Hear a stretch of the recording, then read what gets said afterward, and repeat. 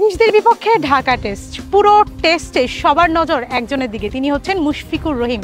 পুরো ল্যান্স থেকে শুরু করে ক্রিকেট ভক্তরা সবাই যখন মুশফিকের দিকে তাকিয়ে, তখন আরেকজন আড়ালে নিজের কাজটা করে গিয়েছেন, তিনি লিটন কুমার দাস। তারও কিন্তু সেঞ্চুরি হয়েছে এবং সেটাও হচ্ছে তার 100তম ম্যাচে। 100তম বলবো কেন, প্রথম শ্রেণীর ক্রিকেটে এটা ছিল তার 100তম ম্যাচ এবং লিটন দাস বরাবর সেই ম্যাচটাও রাঙিয়েছেন সেঞ্চুরি দিয়ে। আমরা দেখেছি গতকাল টেস্টের প্রথম দিনের প্রথম সেশনটা রাঙিয়েছিল বাংলাদেশ, ঠিক তেমনি আজকেও প্রথম সেশনটা দারুণ কেটেছে বাংলাদেশ, সাথে বোনাস 2টি সেঞ্চুরি, একটি মুশফিকুর রহিমের, একটি লিটন দাসের। আমরা জানি যে গতকাল 99-এ যিনি অপরাজিত থেকেছেন 1টি রানের জন্য, যার সেঞ্চুরি হয়নি, আজ দিনের প্রথম বেলাতেই তিনি সেঞ্চুরি হাঁকিয়েছেন। আমরা দেখেছি দারুণ 1 রান নিয়ে তিনি পুরো উল্লাসে ভেসেছেন। সেই বুনো উল্লাস, সেজদা দেওয়া, দর্শকদের অভিবাদন পাওয়া, সব কিছুই ছিলই দারুণ এবং সবার ফোকাসও ছিল তার দিকে। কিন্তু যিনি আড়ালে কাজটা করে গিয়েছেন তিনি লিটন দাস। তিনি টেস্ট ক্যারিয়ারে তার 5ম সেঞ্চুরি পেয়েছেন, যেটা মিরপুরে দ্বিতীয়। আমরা জানি লাস্ট তিনি রাওয়ালপিন্ডিতে সেঞ্চুরি পেয়েছেন। মাঝে একটা অপেক্ষা ছিল এবং সেই অপেক্ষার অবসান হলো আয়ারল্যান্ডের বিপক্ষে যথারীতি।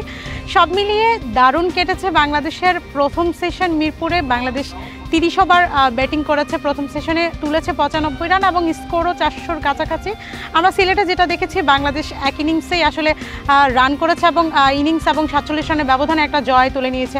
মিরপুরেও আসলে সেই সম্ভাবনাটাই দেখা যাচ্ছে। বাংলাদেশ এখন যেই পরিস্থিতিতে আছে, সেটা যদি বাংলাদেশ আরেকটু ক্যারি করতে পারে, তাহলে প্রথম সেশনে আমরা 500, 550 বা তার বেশিও রান দেখতে পারি। এবং বাংলাদেশের বোলিংটাও যদি ঠিকঠাক হয়, তাহলে কিন্তু আবারও ইনিংস ব্যবধানে হয়তো সিরিজ জিততে যাচ্ছে বাংলাদেশ। জয় পরাজয় ছাপিয়েও এখানে মুশফিকের সেঞ্চুরিটাই ছিল সবার নজরে, কারণ বিশ্বের অর্থাৎ বাংলাদেশের প্রথম ক্রিকেটার হিসাবে 100টা টেস্ট খেলা, যেখানে বাংলাদেশ হাতে গোনা কয়েকটা টেস্ট খেলে বছরে, সেখানে এটা অবিশ্বাস্য ছিল বাংলাদেশি যে কোনো ক্রিকেটারের ক্ষেত্রে। সেটা মুশফিক করে দেখিয়েছেন এবং বিশ্বের 11তম ক্রিকেটার হিসাবে তিনি 100তম ম্যাচে সেঞ্চুরি হাঁকিয়েছেন। এবং দ্বিতীয় ইনিংসে তার কাছে আরেকটি সুযোগ আছে, সেটা হচ্ছে রিকি পন্টিংয়ের পর দ্বিতীয় ক্রিকেটার হিসাবে বিশ্বের তিনি 2 ইনিংসে সেঞ্চুরি করার কীর্তি গড়তে পারেন, যদি বাংলাদেশের দ্বিতীয় ইনিংসে ব্যাট করতে হয়।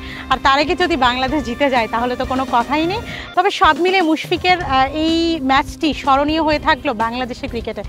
স্বাভাবিকভাবে এই দৃশ্য বা এই মুহূর্তটা বাংলাদেশের ক্রিকেটে আবার কবে আসে সেটা বলা যায় না। তবে মুশফিকের পরে এই চান্সটা যদি কারো ক্রিয়েট হতে যায় যে 100তম ম্যাচ খেলা, সেটা হতে পারে মমিনুল। তিনি অলরেডি 75টি টেস্টে পৌঁছে গেছেন, তার জন্য আমরা হয়তো অপেক্ষা করবো, হয়তো বাংলাদেশের হয়ে তিনিও কোনোদিন এমন সংবর্ধনা পাবেন।